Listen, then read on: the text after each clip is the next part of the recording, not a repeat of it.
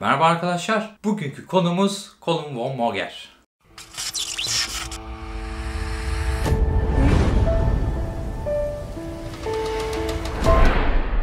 Birçoğumuzun da bildiği gibi Colin von Moger 23 yaşında antrenman yaparken birisinin senin videonu çekebilir miyim demesiyle bir üne kavuşuyor. YouTube'da bir anda patlamalar yaşıyor ve gerçekten videosu milyonlarca izleniyor, antrenman videosu. Sonrasında internet fenomeni oluyor. Arkasından Arnold Schwarzenegger'in hayatını konu alan bir filmde Arnold'u canlandırıyor. Ve zaten sonrasında alıyor, yürüyor. Kendi spor markaları, sponsorlar, şunlar bunlar derken fuardan fuara koşan biri haline geliyor ve parasını buradan kazanıyor. Ben kendisini zaten IFBB Pro zannediyordum. Ancak Pro kartı yokmuş. Pro kartını dün aldı. Yani kendisi taze bir IFBB Pro. Vücut kondisyonuna bakarsak, yarıştaki vücut kondisyonuna, piyasada bilirkişi olarak adı geçen insanlara baktığım zaman piyasadaki adı geçen insanlar genelde kondisyonuyla alakalı çok kötü konuşmuşlar. Demişler ki yani tamamen ün kazandı, tamamen popülarite kazandı. Normalde bu kondisyonla pro kart alamaması gerekiyordu. Gözden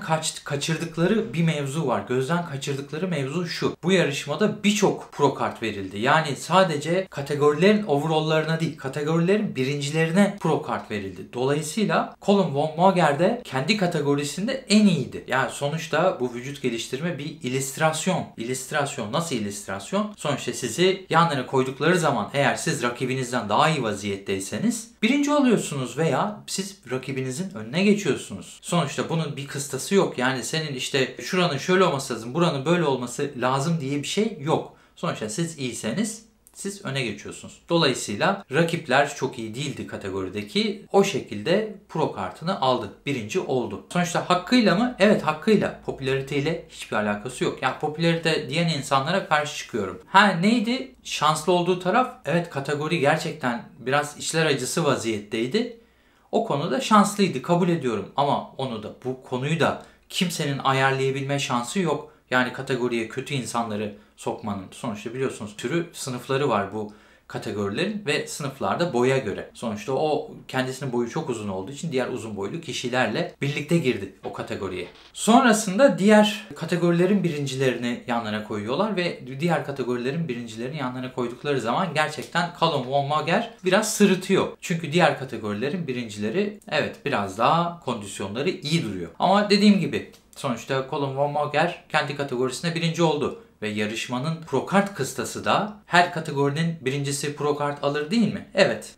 Sonuçta o zaman aldı. Sonuçta overall'a çıktı. Evet, overall'u alamadı. Ama overall'u alıp almaması önemli değil. Zaten pro kart için girmişti o yarışa. Ve artık kendisi bir IFBB Pro. Kendisini tebrik etmek lazım. Öyleydi böyleydi demeye gerek yok. Sonuçta vücut geliştirme bu ve her zaman yanınıza iyi rakip gelecek diye bir şey yok. Bazen bazı vücut geliştirmeciler gerçekten çok iyi formlarda çıkabilir ama yanına daha da iyi birisi gelir. İyi dediğimiz kişi silinip gider. Nasıl ki birini tek başına fotoğrafını gördüğümüz zaman bir sosyal medyada paylaşım yaptığı zaman ooo çok dehşet diyoruz. Mesela en son Big Ramy bir paylaşımlar yaptı. Adam gerçekten devasa. Hakikaten şey gibi, böyle Yunan heykeli gibi. Ama hep söylediğim bir şey var. Diğer rakipleri de aynı şekilde. Dolayısıyla bir diğerleriyle yanlarına gelsin. Bakalım, o zaman kıyaslamayı yapacağız. Sonuçta bu bir illüstrasyon. Tamamen göz yanılması. Colin von Moger'in bu kondisyona gelebilmesi bile gerçekten çok büyük başarı. Kendisi bedeniyle para kazanan biri olmasına rağmen çok düşüncesizce şeylerle uğraşıyor. Belki yaşından dolayı bunları yaptı ama yaşla alakası yok. Sonuçta siz bedeninizle para kazanıyorsanız bedeninize çok iyi bakarsınız ve bedeninizi riske atmazsınız. Bu 2 kere 2 4'tür. Bu kural değişmez. Nasıl futbolcular tehlikeli şeylerle uğraşmıyorlar, yani motosiklete binmiyorlar veya böyle motocross parkuruna gitmiyorlar, enteresan ekstrem sporlarla uğraşmıyorlar. Aynı onun gibi. Çünkü niye? Futbolcuların bedenlerini, özellikle bacaklarını korumaları lazım. Çünkü oradan para kazanıyorlar. Colin von Moger de aynı şekilde. O da bedeniyle, görseliyle para kazanıyor. Fakat böyle ekstrem şeyler yapıp, ekstrem antrenmanlar yapıp en son kendini sakatladı ve bir tane bisepsin kısa baş tendonunu %90 ölçüde kopardı. Daha doğrusu yırtıldı, kopmadı ancak %90 ölçü olduğu için zaten hani kopmak üzereydi ve ameliyata girdi. Ameliyattan sonra o bisepsin eski biceps haline gelmesi çok uzun zaman aldı. Tam düzeldi derken hemen akabininden abisiyle beraber kaya tırmanışı yapmaya kalktı. Bir uçurumdan aşağı inerken bir talihsizlikten dolayı bu sefer de dizini sakatladı. Bu sefer de dizinden ameliyat olması gerekti ve bu sefer de çok uzun süre diziyle uğraştı. Ameliyat sonrası işte tedavi süreci. Bu kadar şey yaşadıktan sonra bu kondisyona gelebilmesi bile bence gayet iyi. Çünkü bir kere sakatlandıktan sonra gerçekten geri toplaması çok kolay değil. Yani sakatlıklar da üstelik şey değil yani böyle mantıklı sakatlıklar değil ya, çok kafasızca sakatlıklar ama diyecek bir şey yok, herkesin kendi seçimi. Zaten kendisi bir de motosiklete de biniyor. Motosiklet biliyorsunuz sonuçta iki tekerlekli bir şey. Sonra düz yolda giderken bile bir kumun üzerinden geçseniz düşme ihtimaliniz çok yüksek. Ben de motosikletten defalarca düştüm. Hatta o videoyu koyarım şuraya. O videoyu izleyin. Yani düştüğüm videolar yok ama hani anlatıyorum sakatlıkları. Evet, o zaman bu videodan ne anlıyoruz arkadaşlar? Akıllı olmamız lazım. Akıllı yaşamamız lazım.